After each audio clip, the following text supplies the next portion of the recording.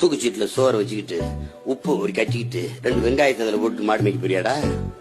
CCTV கேமராடா, சுத்தி Benz வேலி, அங்க புல்லு 25 ஏக்கர் 100 ஏக்கருக்கு 10 ஏக்கர் 15 ஏக்கர்ல குளம் வெட்டிட்டு யாழ அவன் பாடு மெஞ்சு தெரியுவான். புல்லு எல்லாம் தீவனம் வளர்த்து வச்சிருவேன்.